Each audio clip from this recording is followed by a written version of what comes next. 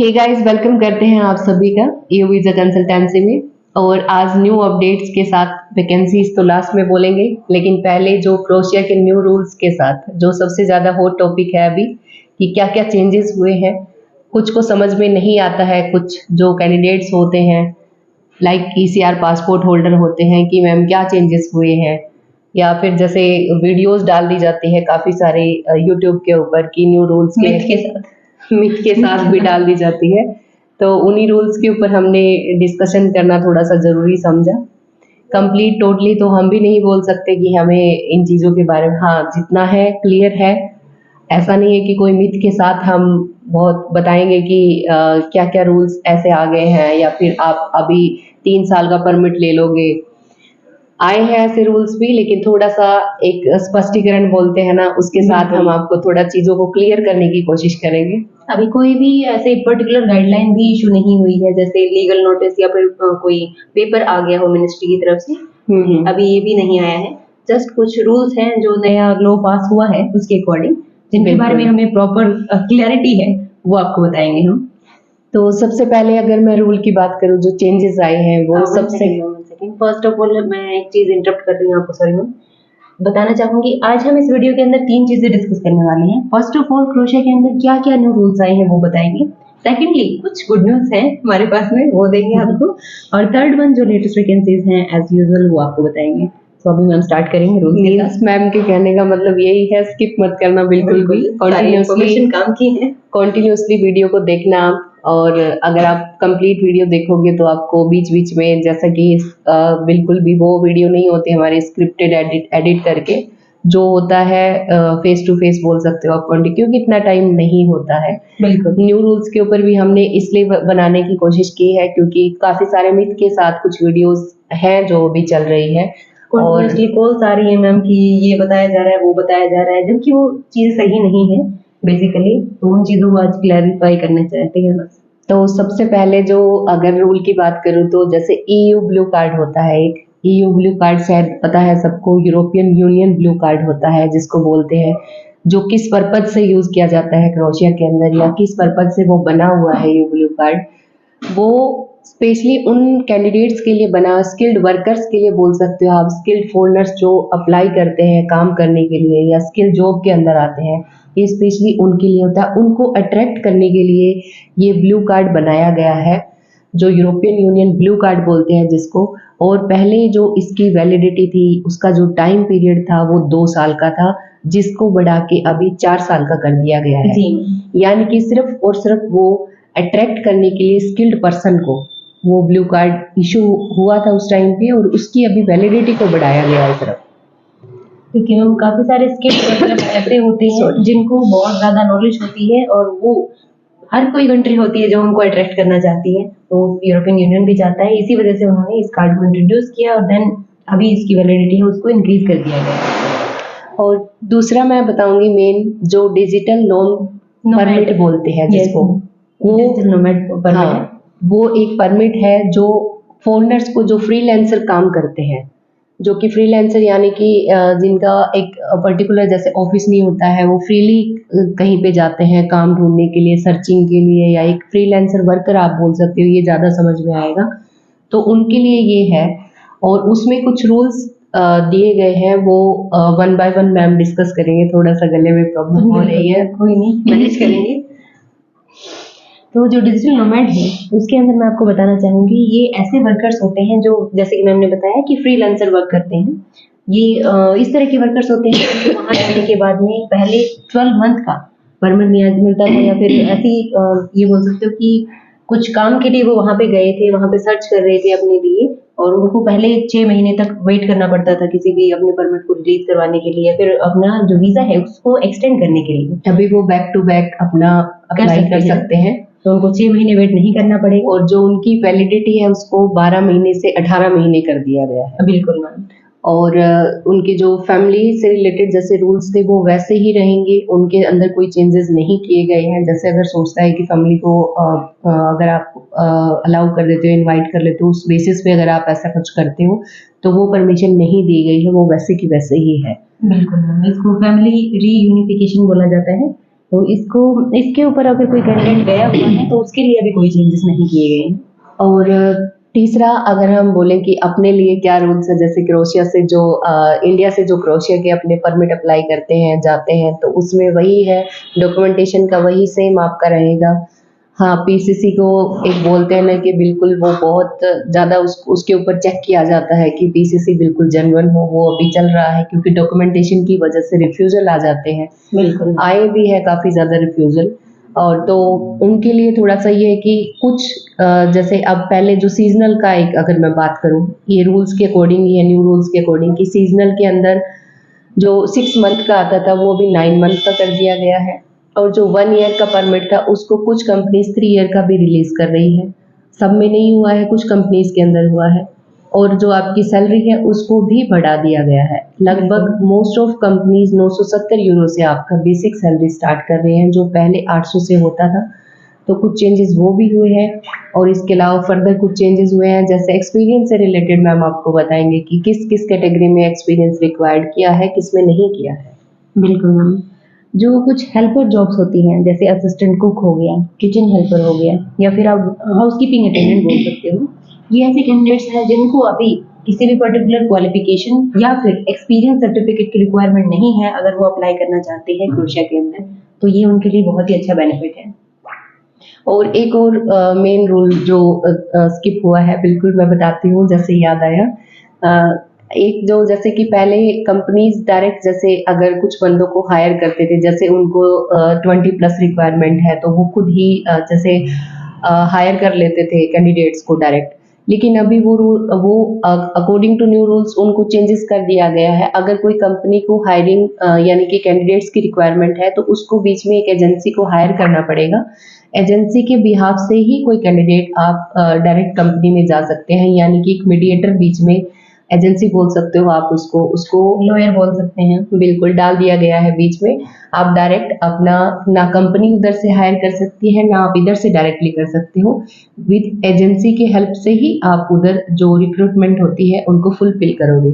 ये भी new rules के अकॉर्डिंग है। तो ये कुछ ऐसे चेंजेस थे जो बताए गए हैं। फिर भी कोई स्किप हो गया हो वो तो बिल्कुल बताएंगे आपको। अगर किसी भी न्यू रूल्स में अगर जैसे कि वीडियोस डाली हुई है काफ़ी सारे मिथ के साथ भी है और कुछ क्लियरिटी के साथ भी है, तो फिर भी अगर आपको कुछ समझ में नहीं आता है तो आप कॉन्टैक्ट कर सकते हो। हम आपको थोड़ा सा क्लियर करने की कोशिश करेंगे, बताएंगे आपको कि रूल्स के अकॉर्डिंग क्या है या क्या मिथ है क्या नहीं है।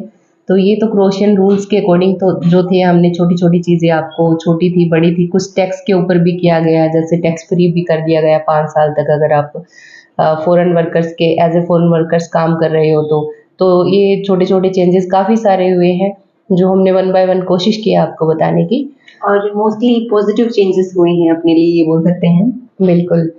और एक मैम बांग्लादेशी कैंडिडेट्स को बैन कर दिया गया है, ये भी रह गया। बिल्कुल, जैसे कि पाकिस्तानी कैंडिडेट्स पहले अगर वहाँ पे 20 कैंडिडेट गए हैं और वहाँ पे 2 रुके हैं, तो सेम ऐसे बांग्लादेशी कैंडिडेट्स का सिस्टम था, वो चले जाते थे लेकिन बाद में और कहीं मूव कर लेते थे। इसकी वजह से उनको भी बैन कर दिया गया है। अगर आपको कोई भी एजेंट अगर बोल रहा है कि क्रोएशिया का वीज़ा दिलवा देंगे बांग्लादेशी कैंडिडेट को या परमिट दे रहे हैं, तो इस स्कैम से थोड़ा-सा बच के रखिए अपने आप को। बिल्कुल मैम, क्योंकि टोटली बैन कर दिया गया है तो आप अप्लाई ही नहीं कर सकते। इसलिए अपने पास भी थी ऑफिस में कुछ बांग्लादेशी कैंडिडेट्स की फाइल्स, तो वो हमने अभी वहीं पे होल्ड कर दिया उन चीज़ों को। तो अगर आपके साथ कोई भी मेरे बांग्लादेशी कैंडिडेट्स है, एजेंट्स है, अगर आपको कोई बोलता है सनीगन क्रोएशिया का वीज़ा के लिए, तो थोड़ा सा संभल जाइए। आप नए रूल्स को पढ़िए, उसके अकॉर्डिंग उसके बाद ही उस चीज़ के ऊपर फॉलो अप लीजिए। तो ये क्रोएशिया के न्यू रूल्स थे। और अभी अब जैसे मैम ने बोला, गुड न्यूज़ है, बिल्कुल अभी वीज़ा नहीं है। जैसे पहले हम टाइम मिलता था तब दिखाते थे, ऑफर लेटर्स दिखाते थे, परमिट्स दिखाते थे, अभी इतना टाइम नहीं मिलता है। बट ये आज थोड़ा सा टाइम था हमें, तो हमने कोशिश की है। आपको ये 11 परमिट्स आए हैं बच्चों के सीजनल के। मैम आपको वन बाय वन दिखाएंगे, क्योंकि अभी कंटिन्यूसली आ ही रहे हैं, सबमिशन चल रहे हैं, अभी वीज़ा नहीं है। और इसमें सीजनल भी हैं, पुलिया भी बोल सकते हो आप, क्योंकि इसमें डिलीवरी के परमिट भी हैं, कंस्ट्रक्शन के भी हैं और ओपन परमिट्स भी हैं। तो ये सारे ही वर्क परमिट अपने अवेलेबल हैं, मैं सबका नाम नहीं बताऊंगी। 11 आपके परमिट आए हैं और जब वीज़ा रिलीज होंगे तो बिल्कुल कोशिश करेंगे कैंडिडेट के साथ आपको रूबरू करवाएंगे। और ये आपके ऑफर लेटर्स भी हैं काफ़ी सारे, ये भी आए हुए हैं। आगे इनका परमिट का वेट कर रहे थे, जैसे कि सबमिशन चल रहे हैं, परमिट आ रहे हैं कंटिन्यूसली, एक रो बनी हुई है और वीज़ा की रो भी जल्दी ही मिलेगी और विद कैंडिडेट एक्सपीरियंस भी आपको जल्दी करवाएंगे। और अभी जैसे इन सबको मैं कॉन्ग्रेचुलेशन बोलना चाहूँगी, जिनके सबमिशन है, जिनके अपॉइंटमेंट्स के काम है वो कंटिन्यूसली फ्लो में है और जिनके नहीं आए हैं उनके भी आएंगे, टेंशन मत लीजिए बिल्कुल भी। काफी सारे ऐसे कैंडिडेट हैं मैम जिनके परमिट्स है वो मार्च में रिलीज होने वाले हैं, तो आप लोग भी रेडी रहिए अपने परमिट्स के लिए और सबमिशन के लिए। बिल्कुल। और अभी जो इन सबको कॉन्ग्रेचुलेशन फिर से बोलूँगी मैं। और दूसरा अभी हम थोड़ा सा वैकेंसीज़ के ऊपर चर्चा करेंगे। क्रोशे की वैकेंसीज़ जो अभी आई हुई है, चल रही है फ्लो में, उनमें आप अप्लाई कर सकते हो। मैम आपको बताएंगे थोड़ा सा उनके बारे में भी। बिल्कुल। अभी जो लेटेस्ट वैकेंसीज अवेलेबल हैं वो रहती हैं अपनी क्रोशिया के अंदर, मोस्टली स्किल्ड हैं, कुछ अनस्किल्ड भी हैं। और मैं स्टार्टिंग करना चाहूँगी होटल लाइन की वैकेंसीज के लिए, क्योंकि सीजन की वजह से कुछ व्यक्ति ऐसे हैं जो रह गए हैं, जो अप्लाई नहीं कर पाए हैं होटल लाइन के अंदर। तो अगर आप जाना चाहते हो होटल के अंदर तो ये परमानेंट 1 ईयर का वर्क आया हुआ है अपने पास में, जिसमें आप as a waiter, kitchen helper, housekeeper, chef, bartender, तो इसमें अगर आप आना जाना चाह रहे हो तो 1 साल का परमिट आपको मिल रहा है और सैलरी अच्छी खासी है। अभी इंटरव्यू देने की जरूरत नहीं है। ये सबसे बेस्ट चीज है, क्योंकि बहुत सारे कैंडिडेट मेरे इंटरव्यू की वजह से सीजनल में रह गए थे, प्रिपरेशन करते थे अच्छे से, बट कुछ का टर्न ही नहीं आया, कुछ का इंटरव्यू क्लियर नहीं हुआ, तो कुछ भी वजह से अगर वो रह गए हैं तो वर्किंग वीडियो से उनका सिलेक्शन हो जाएगा। तो निराश मत होइए, आपके लिए भी ऑप्शन है और अभी 1 ईयर का है तो आप अप्लाई कर सकते हो। बिल्कुल मैम। तो इसके अंदर एप्लीकेशन डलवा सकते हैं आप और अपनी वर्किंग वीडियो के साथ सिलेक्शन ले सकते हैं। सेम इसी के अंदर भी अराउंड 800 यूरोज प्लस आपकी सैलरी आ रही है और 1100 यूरो तक जा सकती है सैलरी। बिल्कुल बिल्कुल मैम। तो उसके बाद में इनको अकोमोडेशन भी कंपनी प्रोवाइड करवा रही है और होटल है तो ऑब्वियसली फूड भी आपको प्रोवाइड करवाया जाएगा। तो ये होटल लाइन की वैकेंसीज है। देन नेक्स्ट हम चलते हैं, अभी कुछ बच्चे ऐसे हैं जो डायरेक्टली ये चाह रहे हैं कि हम वहाँ पहुँच जाएं और उसके अकॉर्डिंग फिर हम अपनी अलग अलग जॉब्स हैं उसके अंदर एंटर करना चाहेंगे, अपनी फील्ड में अप्लाई करना चाहेंगे। सो उनके लिए ओपन वर्क परमिट भी अभी अवेलेबल है। इसमें दोनों ही ऑप्शन अभी अवेलेबल हैं, चाहे आप टीआरसी के साथ जाना चाहें, चाहे विदाउट टीआरसी जाना चाहें, तो दोनों में ही आप एप्लीकेशन डलवा सकते हैं अपनी। देन नेक्स्ट हम बात करते हैं जो अपनी स्किल्ड वैकेंसीज हैं उसके बारे में। स्किल्ड वैकेंसीज के अंदर अभी जो मैकेनिक्स हैं उनके लिए भी अच्छी अपॉर्चुनिटीज आई हुई हैं। वैन ड्राइवर, बिल्कुल। ड्राइवर्स की बात करते हैं तो वैन ड्राइवर हो गया, एग्जीवेटर ऑपरेटर हो गया, लोडर ऑपरेटर हो गया, और जो ट्रिपर ड्राइवर्स होते हैं उनके लिए भी ऑप्शन आए हुए हैं। ट्रक विद क्रेन, ये वैकेंसीज भी अभी अवेलेबल है। सबकी इन डिटेल नहीं बता पाऊंगी क्योंकि फिलीपींस के लिए भी काफी सारे ऑफर आए हुए हैं। नेपाली कैंडिडेट्स के लिए भी काफी सारे ऑफर्स आए हुए हैं। नेपाली कैंडिडेट के लिए मैं थोड़ा सा बताऊंगी, जैसे कि कोई गार्डनर का काम जानता है, साथ में जैसे थोड़ा छोटा मोटे काम होते हैं, प्लम्बर का, इलेक्ट्रीशियन का, गार्डन के अंदर ही जो छोटे आप बोल सकते हो, स्मॉल रिपेयर्स बोल सकते हो, उसकी वैकेंसीज आई हुई है। उसमें इंटरव्यू होगा, वर्किंग वीडियो आपकी चाहिए। एक सोलेटरिंग पिग का फार्म का, यानी कि जो अगर नॉन वेजिटेरियन है वो शायद समझ जाएंगे, तो उनके लिए भी ये वैकेंसीज आई हुई है। नेपाली कैंडिडेट अगर कोई अप्लाई करना चाहता है इनके अंदर तो आप अप्लाई कर सकते हो। ज़्यादा डिटेल में वही वीडियो लंबी चली जाएगी, अभी नहीं बोल सकते, आपको शॉर्ट में ही थोड़ा थोड़ा वैकेंसीज का बता रहे हैं, क्योंकि मेन ये वीडियो न्यू रूल्स के उनके ऊपर है बेस्ड है। बिल्कुल। तो देन मैम आप कुछ बताना चाह रहे हैं? हाँ जी कंटिन्यू कीजिए। देन मैं बता रही हूँ कुछ और वैकेंसीज हैं, जैसे कि कंस्ट्रक्शन लाइन की अभी काफ़ी सारी ऐसी वैकेंसीज हैं जिसके अंदर आप अप्लाई कर सकते हो और परमिट 45 to 60 वर्किंग डेज के अंदर रिलीज हो रही है। जस्ट बिकॉज पहले बर्डन था सीजनल का, तो वो अभी फिनिश होने वाला है, तो इस वजह से अभी जो परमिट्स हैं अपनी कंस्ट्रक्शन लाइन के वो वापस से निकलने स्टार्ट होंगे। तो आप इसमें अप्लाई कर सकते हो और फास्टली आपको परमिट भी मिल जाएंगे। इसमें मैशन है, शटरिंग कारपेंटर है, ब्रिक मैशन है, ब्रिक लेयर है, क्रीमिक मैशन है, तो ये हर टाइप की वैकेंसीज अभी अपने पास में अवेलेबल है। तो आप इनको मिस मत कीजिए, जितना जल्दी हो सके हमसे कांटेक्ट कीजिए। और कुछ और रहता है तो मैम आप कंटिन्यू कीजिए प्लीज। और नहीं रहता मैम, वीडियो बहुत लंबी चली गई है और फिर मेरे जो व्यूवर्स है वो बोलते हैं मैम बहुत लंबी वीडियो बनाते हो और काफी टाइम के बाद डालते हो, तो अभी के लिए हम थैंक यू बोलेंगे। बिल्कुल। और इन सब बच्चों को कांग्रेचुलेशन बोलेंगे, वीजा आएंगे क्योंकि सबका सबमिशन करना है। बिल्कुल। एंड बाकी वही जो मैम बोलते हैं as usual, like share Like, share, subscribe subscribe कीजिए और जरूर नेक्स्ट वीडियो में जरूर मिलेंगे, अच्छी अपडेट्स के साथ मिलेंगे, कोशिश करेंगे आपको अच्छे अच्छे ऑफर्स देने की। और बाकी आज के लिए सॉरी क्योंकि प्रॉब्लम्स है काफी सारी। थोड़ी सी तबीयत ठीक नहीं है। Thank you so much guys.